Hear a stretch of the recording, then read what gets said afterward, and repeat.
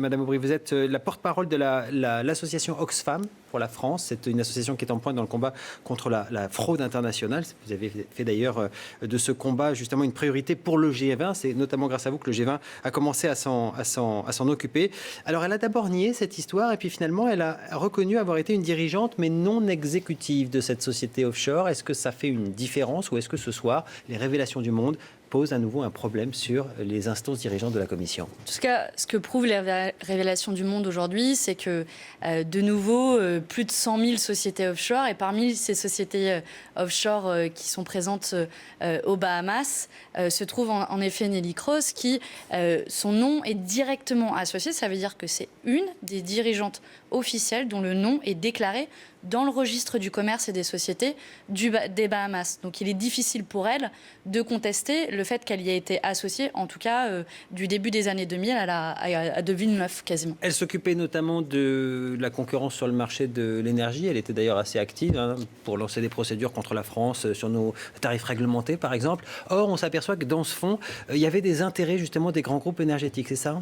En fait, la société en question domiciliée aux Bahamas, qui s'appelle Mint Holdings, cette société a tenté d'investir dans une grande entreprise américaine de l'énergie, Enron, à plus de 6 milliards de dollars. Opération qui a échoué, et c'était en 2004, je crois, une année où elle était encore à la tête de cette société, tout du moins sur le papier. Après, il semble qu'elle ait moins protégé son identité que d'autres personnes qui sont passées reines dans l'art de l'opacité. Mais toujours est-il qu'on est quasiment certain aujourd'hui qu'elle était liée directement ou indirectement à cette tentative de rachat. On est sur quoi là? On est sur de la corruption, sur du conflit d'intérêts, sur de la simple fraude fiscale, présumée bien sûr, puisqu'il y aura une enquête bien sûr. Alors, il y a un conflit d'intérêts manifeste, mais au-delà, ce que révèle cette affaire, c'est que c'est l'opacité, encore aujourd'hui, qui est la règle. Il y a une obligation faite à tout acteur, à la Commission européenne, de révéler toute prise, toute part dans des grandes entreprises. Dans les 10 dernières années avant la prise de pouvoir, elle a omis manifestement de le déclarer. Et puis, au-delà, ce que révèle cette affaire, c'est qu'il y a encore énormément de sociétés offshore qui jouent un rôle très important dans l'économie d'aujourd'hui et qui pourtant demeurent encore aujourd'hui dans l'opacité la plus totale jusqu'au jour où des journalistes mettent le doigt dessus. Mais combien de scandales faudra-t-il encore? C'est un coup dur encore pour la Commission européenne. Commission Barroso, d'ailleurs, elle appartenait à la Commission Barroso qui lui-même a fait scandale en partant chez Goldman Sachs, la banque dont on sait qu'elle a eu des responsabilités dans la crise financière de 2008. Vous avez mené ce combat, je le disais, depuis déjà 2014. Vous avez fait en sorte que cet agenda arrive au sommet du G20, l'agenda de la lutte contre la fraude fiscale internationale. Quand vous voyez ça, vous vous dites, décidément, on n'avance pas?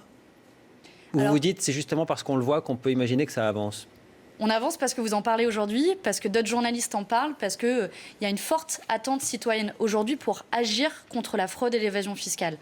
Simplement, on est face à un petit mur qui est que, en effet, un certain nombre de dirigeants politiques peuvent être directement liés à ces affaires d'évasion fiscale. Il est plus dur d'agir, mais il est aussi, on entend beaucoup de paroles politiques. C'est encore difficile aujourd'hui de passer des paroles aux actes. Il y a une opportunité pour faire avancer l'agenda de la transparence contre l'évasion fiscale en ce moment à l'Assemblée nationale.